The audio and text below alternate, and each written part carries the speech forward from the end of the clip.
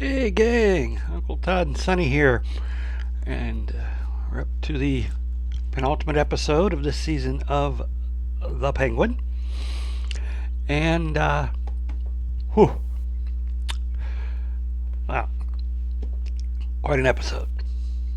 We start with a flashback to Oz's childhood, where he's the middle child, and you see back then he had a leg brace and a limp, and really all he wants is his mother's attention, but with three kids, the oldest and the youngest get most of it. Typical middle child problem, right? Anyways, his mom does books for the local gangster. You know, the one Oz was remembering back in episode 1 how awesome it had been, and how everybody respected and loved him and everything. Anyway, she sends him out to play after they drop off the books she just finished. And they end up going into the abandoned trolley system, where they go to play hide and seek with some flashlights. And Oz gets a little ticked off at them. They're hiding down in one of the drain tunnels, for the overflow when it rains. And it's been starting to rain. And it's a big storm. And he tried, because part of the game is you got to go down, you actually have to catch, go down. But he has trouble with the ladder, and he gets very angry, and he shuts the door, which basically locks it from the outside, and walks off, telling his mom they went to the movies. He didn't know what movie it was. He thinks it's Beetlejuice, and it rains all night. And he curls up on the couch with his mom under a blanket, having all her attention.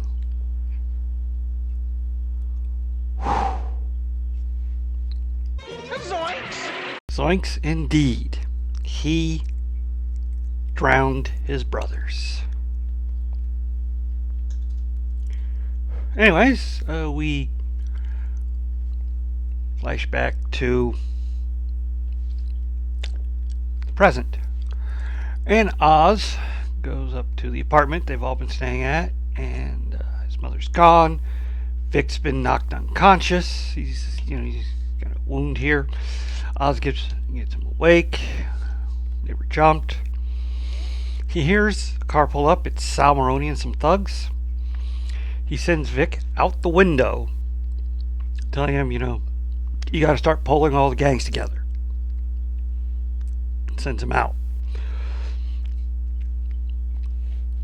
He gives himself up to Sal, who beats him with Oz's own golf club. After all, the guy did kill his wife and son, so he kind of deserved that. But he demands to know where his mother is. Don't worry, she's fine. But you are going to take us to your operation. So we then cut to the Gigante mansion, where they are keeping Mrs. Cobb. And Sophia and Mrs. Cobb talk, and sometimes she's lucid, sometimes she isn't. But she knows something. And Julian then comes in and talks to Sophia. It seems Gia, remember Gia, the little niece, whose parents she gassed? She's not doing too well at the children's home / hospital that they're being kept at, and she's wanting to talk to the police. Sophia says she'll talk to her, but she needs Julian to help with Mrs. Cobb. Now, Oz is dragged to the underground operations. Sal says he's taking over, and they're going to kill Oz, and blah, blah, blah, blah, blah. But Oz knew this time would come, more or less, and he had things set up in advance. And basically, his electrician pulls the wires on the thing where they've cut into the electrical supply, plunging the whole place in darkness. And you know what comes after that? Hi, keeper. Huge fight. And to be honest, Saul is doing pretty well against Oz. In fact, he's beating him down until he has a heart attack and dies right there in front of him. Oz goes on a little tirade about what the guy tried to do to him, taking my operation that I worked for and built myself, all that stuff. And then just a gun into the body. Whoa. Well, Sophia goes to the home/hospital and she's talking to Gia. Gia wants to know if Sophia killed her parents. And Sophia tells her, no, of course not. I could never do that. And then she notices Gia has some scratch marks on her arms, similar to the ones Sophia has on her neck that she self-inflicted. And she pulls her close, tells her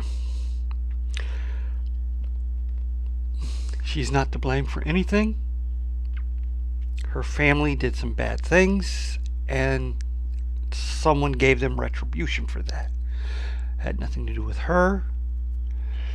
And when she finally gets out of this place and becomes an adult, she can decide the kind of person she wants to be without the influence of the Falcons, i.e., sees herself in Gia and what she may have been creating.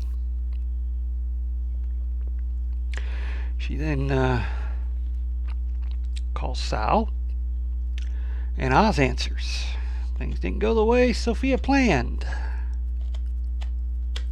He wants his mother back, and in exchange, he'll give her the whole operation, the mushrooms, everything. He tells her where to meet. Sophia goes back to the mansion, and she has a talk with Julian, who gets kind of concerned because she's talking about quitting. That all this time, she thought she was cutting her own path when she wasn't. She was just following her father's, doing exactly what her father wanted her to do. Because he wanted her to take over the family, and she did. Oof. And he's like, what do you want, Sophia? I want out. And I also want Oz to pay.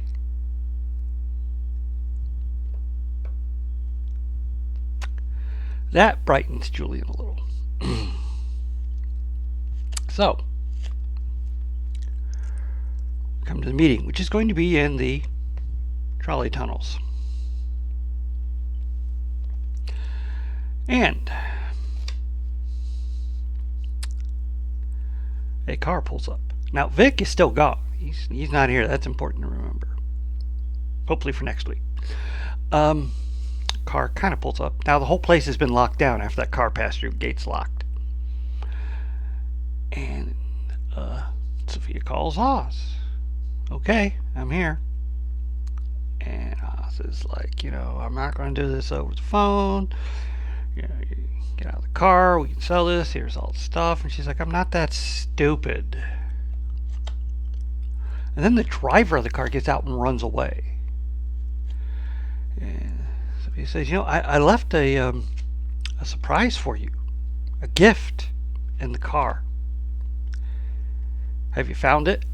I was just looking around. He sees something in the back of the sport utility vehicle and pulls the blanket off. It's a bomb. The whole car is a bomb, basically. And she says, oh, you found it. Because she heard him go, shit. And she goes, oh, you found it. If you survive, come see me and your mom. And she hangs up, gets out of the car, and they take Oz's mom into this old abandoned nightclub, which just happened to be a nightclub his mom used to take him to when he was a kid, where she told him she needs him to basically take care of her. She's got no one else. And Oz assures her. I remember this, he's like maybe 12 at this point in his life. Don't worry, he'll handle everything. Oz yells, "It's a bomb," and runs. And the thing goes off. I think most of his men are killed because it takes out like almost a whole block underground. The whole thing's collapsing. And Oz makes it into, ironically, one of the runoff tunnels and shuts the door. Saved by the very place he condemned his brothers to death. Well, he wakes up and luckily there's a hole up above and he's able to get out. And he's walking around. I mean, the place has just been demolished. People are trying to pull other people out of rubble. Everybody's hurt. And who should pop up but Detective Wise? And he says, "Penguin," which really ticks off Oz. He doesn't like that name. "Miss Gigante wants to see you." And then slugs him against the side of the head, knocking him out. So, things are now set up for a big showdown. Looking forward to it. I wonder if Vic's going to come back with a whole army or not, and it's going to be a huge battle or not, and who's going to survive. Pretty sure the Penguin will. It does make you wonder, though, where's Batman been with all this? Shouldn't he been out patrolling, or is he handling something even worse? Maybe that's what Batman 2 will be about. We'll have to wait and see. Yeah, this is probably one of the best crime shows of all time. I think. It's just amazing. And Sophia, it was heartbreaking when she had that breakdown. And I'm getting suspicious at Julian. It's like he's really wanting her to go a certain direction, and she's veering off. Wonder how that'll turn out. A lot of people are speculating he could be this universe's Scarecrow. I don't know. I'm wondering if he could be Hush. Last name's Rush, you know. But that's probably a little too far-fetched. Rush was supposed to be a contemporary of Bruce Wayne, so. Anyway, another excellent episode leading to what I hope will be a great finale. Until next time, please hit like, share, and subscribe.